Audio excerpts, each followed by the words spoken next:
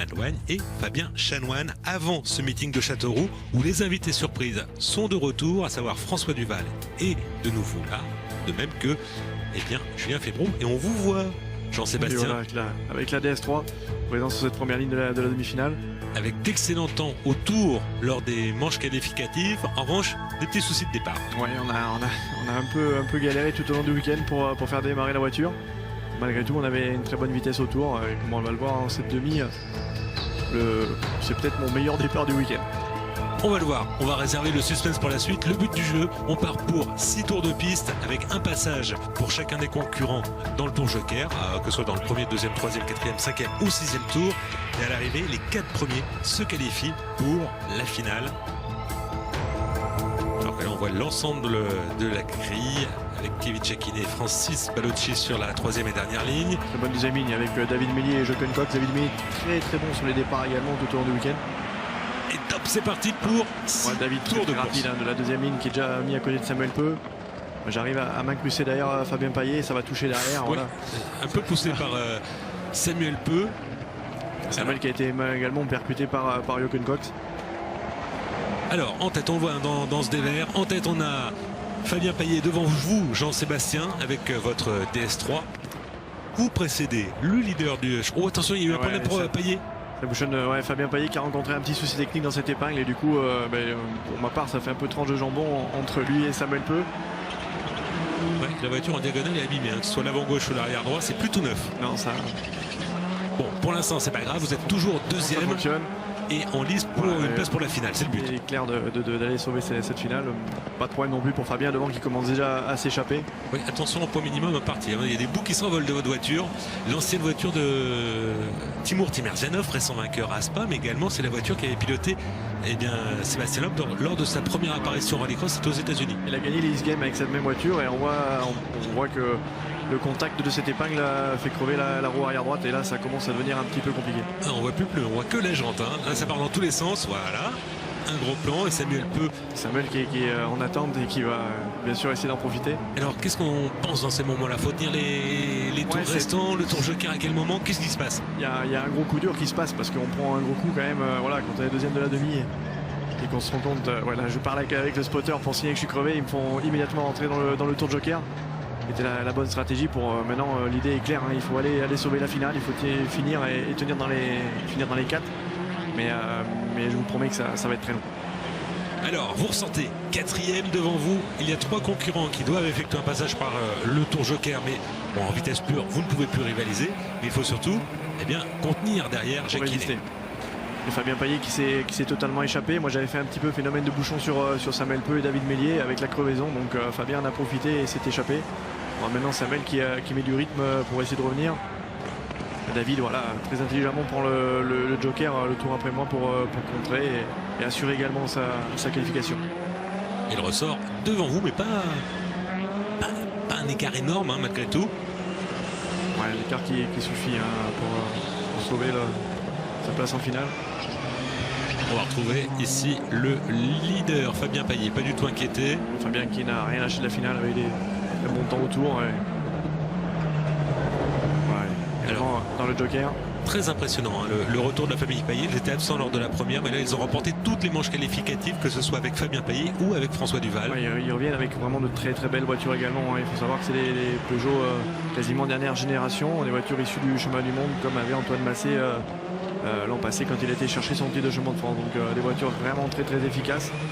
Et le rallycross français monte vraiment en termes de performance de matériel, parce que c'est des voitures qui sont pas imbattables mais qui commencent à devenir très compliquées à battre. Fabien Payet, déjà double champion de France de rallycross. On va pas parler de son papa parce que là il faut compter, faut plus des 10 doigts de la main, des 5 doigts des 2 mains pour le faire. Alors c'est Jacquinet qui la veut cette 4e place. C'est bien qu'il était présent pour le coup. Oui, et puis il frappe. Payet l'emporte, donc victoire en demi-finale, il sera en première ligne de la finale. Avec une voiture en triste état malheureusement, mais une finale sauvée. Et voilà, c'est fait, 4e place pour vous, Jean-Sébastien, Vigion derrière, Payet, Peu et Mélier. Cela suffit pour vous qualifier, ce qui n'est pas le cas de Jacquinet, Cox et Ballocci.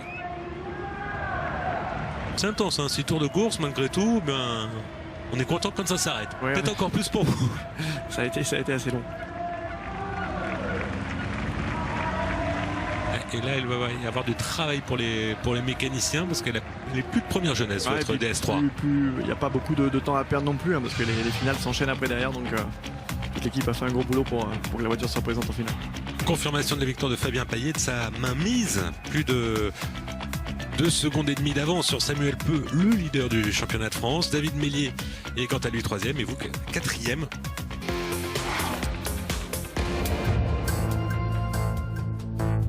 On l'attendait, place à la finale de la catégorie Supercar. On va retrouver François Duval en pole position, à ses côtés son équipier Fabien Payet, lui-même double champion de France de rallycross par le passé. Complètement à l'extérieur, Julien Febvreau pour la 2e de ses 3 apparitions de l'année. Après Châteauroux, il avait terminé 2e. On retrouve Samuel Peu, le leader du championnat, ici en 2e ligne. Le voici. Avec Fabien Chanoine à ses côtés. Et sa Clio.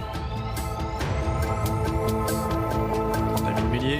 Sa Citroën DS3. Une autre Citroën DS3, la vôtre, Jean-Sébastien Bijon et Romuald de Delaunay. Première apparition cette saison en Supercar et première finale. Bonne performance. Déjà en finale. Confirmation sur la grille. Ça va jouer comme toujours au meilleur de 7 tours. Un passage par le tour joker. Les pilotes sont en liaison avec un membre de leur équipe, le spotter, qui leur indique à quel moment prendre de manière optimale ce tour joker.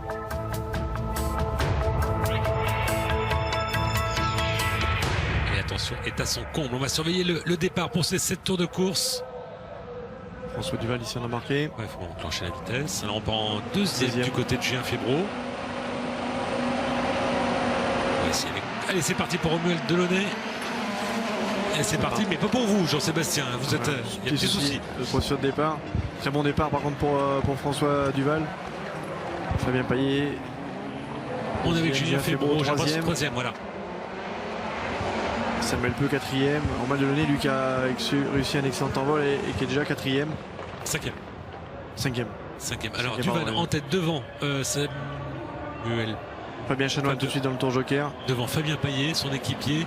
Julien Febvreau 3e, Samuel Peu 4e, Fabien Delaunay 5e. Et donc Chanoine dans le tour joker dès le premier tour. Il glisse en dernière position. Les deux voitures du team Payet. Regardez les positions prises par la voiture de François Duval. Il est toujours, ça a l'impression que c'est une danse, toujours en glisse. Attention, drapeau jaune, c'est certainement Fabien Chanoine qui a eu un souci. En compagnie de Julien Febvreau. Journaliste, mais ce week-end-là, il était pilote. Et il est souvent pilote, et très bon pilote. Samuel Peu 4e aussi. C'est vraiment le bal des 208. Regardez, eh bien, un tir groupé. Hein, ce sont de ces Peugeot 208 qui occupent les 4 premières positions, les 5 premières positions. Duval, Payet, Febvreau, Peu et Delaunay sont sur des Peugeot 208. Et belle performance hein, pour Romuald Delaunay qui a moins l'expérience de la voiture, moins l'expérience du rallycross. François Duval qui ne s'échappe pas. Et Payet ici vraiment au contact. Mais protégé un petit peu hein, par Fabien Payet, on a l'impression, François Duval. Après, ces pistes françaises sont vraiment monotrajectoires, donc il ne faut pas trop s'éloigner de la trace. C'est pour ça que ça fait un petit peu le petit train. Et puis, François Duval qui glisse, mais toujours très efficace. Vous avez vu, on optimise le matériel dans l'équipe Payet. Le côté gauche, l'arrière est abîmé pour Fabien et le côté droit pour François Duval. Voilà, vous voyez. Et 3e place hein, pour Julien Febvreau. Julien Febvreau, ça va être le tour joker hein, qui va décider. Julien Febvreau qui est le premier à y aller. Alors, faut pas se retrouver gêné par un concurrent moins rapide en ressortant. Parce que là, on risque de perdre un temps précieux et ressort derrière Delaunay, me semble-t-il. Mais qui est son équipier. Donc. Parce que Tom Dubourg va faire le nécessaire. Deux trajectoires différentes ici entre François Duval qui est beaucoup plus large, beaucoup plus en glisse par rapport à Fabien Chanoine. Fabien Payet, excusez-moi. Et on voit qu'en bout de ligne droite, au final, les deux voitures se suivent toujours. Hein. Et Samuel Peu également en embuscade. François Duval en temps joker. Qui a voulu le contrer tout de suite. Et Romuald Delaunay également. Julien Febvreau, on m'a donné aussi. Il ressort devant Julien Febvreau. Donc c'est opération réussie. Maintenant, on est en compagnie de Samuel Peu. Il précède Duval. Samuel Peu, ça peut faire ses affaires hein, si les leaders s'observent et se contre tour à tour comme ça. Il est dans l'aspiration de Fabien Payet. Oui, mais derrière, François Duval n'est pas très loin non plus, donc il n'y a pas de 2 secondes d'écart. Hein. Non, mais pour aller chercher le podium, ça, le peut, podium, oui, voilà, ça peut arriver à faire ses affaires. Lui qui était 4e jusque-là. Allez, ton joker pour Fabien Payet tout de suite. Qui va également aller contrer. Où va-t-il ressortir? On va surveiller par rapport à devant Julien Febvre. Juste devant Julien Febvre. Maintenant, à voir Samuel Peu, ces derniers tours, il faut tout donner. Alors Samuel Peu, le leader, doit passer par le tour joker. C'est un podium qui est en jeu. Très très vite dans le tour joker parce que personne n'est devant lui. Et regardez Julien Febvre qui rêverait de trouver l'ouverture sur Fabien Payet. Le leader Samuel Peu. Samuel Peu qui donne tout. Hein. On va surveiller, regardez, il va rentrer dans le tour joker. Au bout de cette ligne droite. Ça rentre très vite également. Ici maintenant. Ouais. Normalement, François Duval devrait passer pour une 2e victoire d'affilée à passer à Châteauroux. Et ça ressort. Julien Febvre s'est écarté pour pas le gêner, mais ça ressort 4e donc pour. 3e pour Samuel Peu qui du coup monte sur le podium. La victoire pour François Duval, 2e place pour Fabien Payet, 3e place et 3e podium de la saison pour Samuel Peu, 4e place pour Julien Febvre qui est passé tout près d'un podium. Là c'était serré, hein, c'était entre Peu et lui. Et on a évité le contact de part et d'autre. Ouais, le bal du joker a profité à Samuel Peu. Et voyez, on va le prendre. Peu l'a pris dans le dernier tour, c'était la bonne option. Julien Febvre l'avait pris dans le premier tour, mais une très belle course de tous les pilotes. Et une 2e victoire de la saison après celle de Châteauroux pour François Duval. On a vu également au mondial, c'était à Spa. François Duval, Fabien Payet, Samuel Peu, les 3 premiers sur le podium. 4e place pour Julien Febvre qu'on reverra lors de la prochaine à Faleras. Romuald Delon est 5e et on écoute le vainqueur, François Duval. Ici c'est franchement un super parcours, on m'avait dit que c'était un ovale mais c'est loin d'être un ovale. Toute la partie là rapide c'est vraiment sympa, il faut vraiment freiner très tard là-bas au-dessus. Et non franchement j'ai passé un super bon week-end, je suis content pour l'équipe de Payet également, 2 victoires de suite c'est bien en roulant une fois par an, ça fait plaisir de revivre un peu les podiums. Ouais, une fois par an, c'est déjà la 3e fois de l'année, hein, parce qu'il y avait déjà eu Châteauroux, il y a eu Spa dans le cadre du mondial, et maintenant, eh bien, cette manche d'essai, et il y aura Faleras également dans quelques semaines. François Duval qui va peut-être prendre goût au championnat de France. Et au championnat, justement, Samuel Peu est en tête, 3 victoires en 3 courses, devant François Duval, 3e place pour Philippe Malouane, c'était le premier leader, malchanceux ici à essai. On écoute le leader, Peu, le leader du championnat de France de Rallycross 2019. C'est sûr, on garde la tête du championnat, on remet des points à nos adversaires directs, à part si François continue son championnat. Mais ça serait plutôt intéressant qu'il continue parce que je vois que ça motive tout le monde, ça relève le niveau. Il faut se cracher dans les mains pour aller chercher les premières places, les 2e places et la preuve en est.